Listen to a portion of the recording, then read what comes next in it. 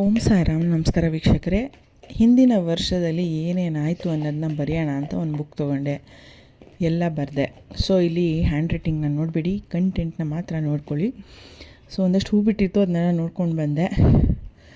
ಈ ಆಕಾಶನ ಸವಿಯುತ್ತಾ 2023ಲಿ ಏನೇನು ತಪ್ಪಾಗಿದೆ, 2023ಲಿ ಏನೇನು ಚೆನ್ನಾಗಿ ಹೋಯಿತು, 2023ನಲ್ಲಿ ಏನೇನು ಮಾಡಬೇಕು ಅಂದ್ಕೊಂಡಿದ್ದು ಮಾಡೋಕ್ಕಾಗಿಲ್ಲ, ಇದನ್ನೆಲ್ಲ ಒಂದು ಕಡೆ ಬರ್ಕೊಂಡ್ರೆ 2024ಗೆ ಸ್ವಲ್ಪ ಮೋಟಿವೇಶನ್ ಸಿಗುತ್ತೆ ಅಂತ ಒಂದು ಸ್ವಲ್ಪ ಆ್ಯಂಬಿಯನ್ಸ್ನ ಕ್ರಿಯೇಟ್ ಮಾಡಿಕೊಂಡು ಒಂದಷ್ಟು ಚಾಟ್ಸ್ನ ತೊಗೊಂಡು ಪಾರ್ಟಿ ಮಾಡ್ಕೊಂಡ್ವಿ. ಒಂದಷ್ಟು ಮನೆಯಲ್ಲೇ ಮಾಡಿದ್ಲು ಅಕ್ಕ.